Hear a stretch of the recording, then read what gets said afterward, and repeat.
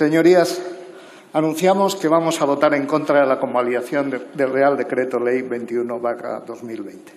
En primer lugar, porque es un nuevo acto de propaganda política y su exposición de motivos un inadmisible alegato en defensa de la negligente acción del Gobierno. Este decreto afecta al contenido esencial de los derechos y libertades y, por tanto, no puede ser objeto de regulación por esta vía, señorías. La imposición a todos los ciudadanos de un deber general de cuidado modifica sustancialmente el régimen general de derechos y libertades y debe hacerse por ley ordinaria. El Gobierno no prueba que exista extraordinaria y urgente necesidad conforme a la sentencia del Tribunal Constitucional 61/2018. El Real Decreto Ley constituye un instrumento pertinente si hay situaciones difíciles de prever que requieren una norma inmediata desarrollada en un plazo más breve que el requerido por un procedimiento normal o de urgencia para la tramitación parlamentaria de leyes. La Comisión Europea, en 15 de abril de 2020, ya aprobó una hoja de ruta, de modo que el Gobierno ha tenido más de 2 meses para tramitarlo como ley ordinaria. El plan de desconfinamiento y la finalización del estado de alarma y sus perversos efectos era previsible y constitucionalmente exigible, de modo que se podía haber tramitado como ley ordinaria previo debate libre y democrático. El Gobierno presume de diligencia. Dice que desde la declaración de la pandemia internacional, SIC, hasta la declaración del estado de alarma, los acontecimientos se desarrollaron con mucha rapidez. Claro, fue 3 días. Bien. Pero no, señorías, la historia no es así. La historia es otra. La Organización Mundial de la Salud, cómplice del régimen comunista chino, retrasó en 15 días fatídicos la declaración de emergencia sanitaria internacional, pero al final la declaró el 31 de enero del 2020. Han tenido mucho tiempo. Dicen que este Real Decreto Ley se ampara en la muy constitucional competencia del Estado en sanidad exterior, bases y coordinación general de la sanidad. La misma competencia tenía en enero de 2020, cuando nuestro grupo les dijo y les instó a proteger a los sanitarios y cuando el 6 de febrero les instamos a cerrar las fronteras con el país infectocontagioso llamado China. Desoyeron las alarmas italianas. No declararon la epidemia que estaba en España al menos el 27 de febrero. Si lo hubiesen hecho entonces, hubiésemos disminuido la mortandad en un 60%. Ahora la cifra real de fallecidos se acerca a 45.000. Es una lástima que aparte del Consejo de Ministros, los escaños esté vacío, porque parte de ellos, de mi alocución, va dirigida a ellos. Son los profesionales sanitarios los que han salvado vidas, no el Gobierno, que ha sido un coladero de la infección. Y esconde su incompetencia diciendo que seguía las advertencias de Europa, aunque Europa ha demostrado sobradamente su descoordinación, su lentitud, pero ustedes tardaron en reaccionar a sus ya tardíos consejos. Tenían que hacer su fiestecita y, atención, ahora preparan otra.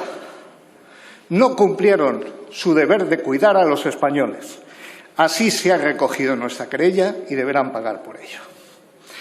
Impugnamos el concepto totalitario de nueva normalidad. La Ley Orgánica 4 del 81 prevé que la duración del estado de alarma ha de ser la estrictamente indispensable para asegurar el establecimiento de la normalidad. No inventarse una nueva en la que somos 50.000 españoles menos, más enfermos, más pobres, más atemorizados y más desunidos por culpa del Gobierno. En su nueva normalidad van a seguir manteniendo las contribuciones de España a la Organización Mundial de la Salud, la OMS, organismo genuflexo al servicio de las autoridades del Gobierno comunista chino. Exigimos, pues, del Gobierno de España que promueva una acción internacional para exigir las responsabilidades del Gobierno comunista chino y de sus cómplices de la Organización Mundial de la Salud, y que España no destine ni un euro más del bolsillo de los españoles a esa organización que se ha demostrado tan incompetente y negligente como este Gobierno. El Tribunal Constitucional estudiará nuestro recurso de amparo contra el Real Decreto 433/2020 que declaró el estado de alarma. Supuso una restricción de libertades de todo tipo, encubriendo un estado de excepción sin parangón en Europa, un arresto domiciliario, una congelación de la democracia que bloqueó los órganos y los poderes constitucionales. El confinamiento paralizó a nuestra nación, hizo que la epidemia golpease económicamente más a nosotros que a nuestros vecinos, con pérdidas enormes de rentas, de trabajadores, de familias y de empresas. El Gobierno les ha dejado a todos ellos a la intemperie. Vox propuso que se procediese al pago de sueldo de todos los trabajadores a quienes se había prohibido trabajar y con un plus del 20% a aquellos destinados en servicios esenciales, garantizando también a los autónomos sus retribuciones del anterior trimestre. No lo hicieron. Han destruido el tejido económico del país. Miles de puestos de trabajo, miles de empresas, con sus indecisiones, las del Gobierno ausente, usted también, señor ministro, incapacidad de ofrecer medidas de protección y con la nefasta aportación del inexplicable ministro Garzón, se ha condenado al sector turístico. Ya empiezan a decir los progres que la epidemia ha sido por el cambio climático. Atención, obreros del sector automóvil, van a por ustedes. Como sostiene Vox desde nuestro rechazo a la primera prórroga del estado de alarma, este Real Decreto prueba que el arresto domiciliario decretado por el Gobierno no era necesario pasados los primeros 15 días y que se ha utilizado políticamente. Bastaba aplicar el artículo 65 de la Ley 16/2003 de cohesión y calidad del Sistema Nacional de Salud. Lo pudo hacer en enero y lo puede hacer usted ahora. En realidad, la alarma se impuso y se sostuvo porque ustedes fueron incapaces de ajustar los recursos sanitarios disponibles. El Gobierno ha fracasado, además, en la desescalada. Desconfinamiento arbitrario, caótico, sin datos fiables y objetivos, que permitieran ni a los ciudadanos ni a las empresas planificar sus actividades. Y no se ha conocido con transparencia los criterios a aplicar, cediendo de nuevo a las exigencias del Partido Separatista Vasco, por ejemplo. El Gobierno reconoce, pues, su fracaso y pasa la responsabilidad a las autonomías. La prueba es que, alcanzada la fase 2, se decidió que la autoridad competente delegada para las medidas de la fase 3 fuese la Presidencia de la Comunidad Autónoma, cediendo así los deseos del PNV, de Esquerra Republicana Cataluña, del ilegal Torra y, cómo no, del señor Núñez Feijóo. Incluso se dice que serán las comunidades autónomas las que puedan decidir la superación de la fase 3, de modo que el Gobierno hace dejación de su principal función y responsabilidad. Su rendición ante las autonomías refleja no solo debilidad, sino incompetencia.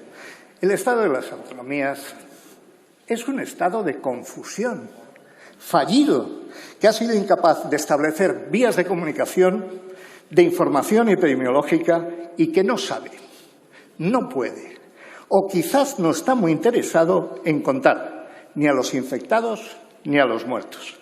España necesita una sanidad unitaria y fuerte, como propone Vox, y no un Estado débil en manos de un Gobierno incompetente.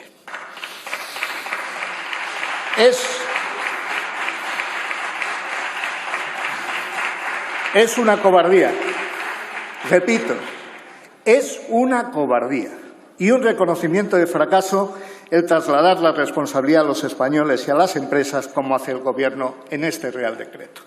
A modo de ejemplo, el Gobierno transfiere a las empresas el establecer los protocolos necesarios para garantizar los medicamentos y productos sanitarios. Por otra parte, dicta que todos los ciudadanos deberán adoptar las medidas necesarias para evitar la propagación de la COVID, así como la propia exposición a dichos riesgos, imponiéndoles sanciones. ¿Y qué sanciones hemos de imponer, señorías, a un Gobierno que incumplió su deber constitucional de cuidar la salud de todos los españoles?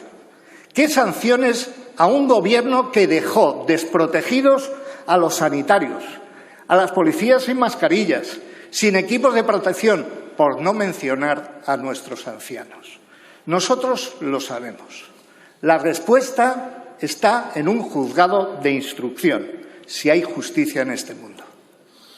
Y en lo económico, ¿se han calculado los costes de las medidas sanitarias que piden a las empresas? ¿Es que AENA tiene derecho a recuperar esos costes y las demás empresas o autónomos no?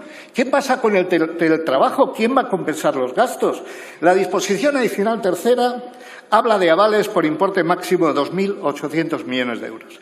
¿Pero conocen los españoles las condicionalidades exigibles a las empresas para obtener esa financiación? Y además a buenas horas. ¿Cuántas empresas de las 100.000 que han desaparecido se hubieran podido salvar si, como decíamos nosotros, hubieran inyectado liquidez a estas empresas? Pasemos a las medidas sanitarias. Señoras, señores, señorías, la epidemia sigue.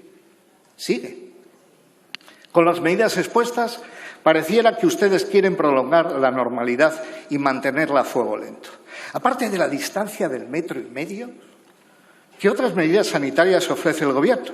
Si ni siquiera regula correctamente el uso de las mascarillas. ¿Qué pasa con los niños menores de 6 años? ¿Qué significa el concepto ambiguo de medidas de higiénica adecuadas? ¿No han tenido tiempo para definir una base de datos epidemiológica única y ahora se apresura? ¿O que debe constar en esta base? ¿Qué pasa? ¿Dónde está la PCR para contactos estrechos? ¿Qué medidas de control se van a establecer, señor ministro, en los aeropuertos y en las fronteras? ¿Van a ser la puerta de entrada de un virus mutado más peligroso? Una vez más, señorías, Europa es incapaz de establecer controles microbiológicos de protección y esto perjudica fundamentalmente a España.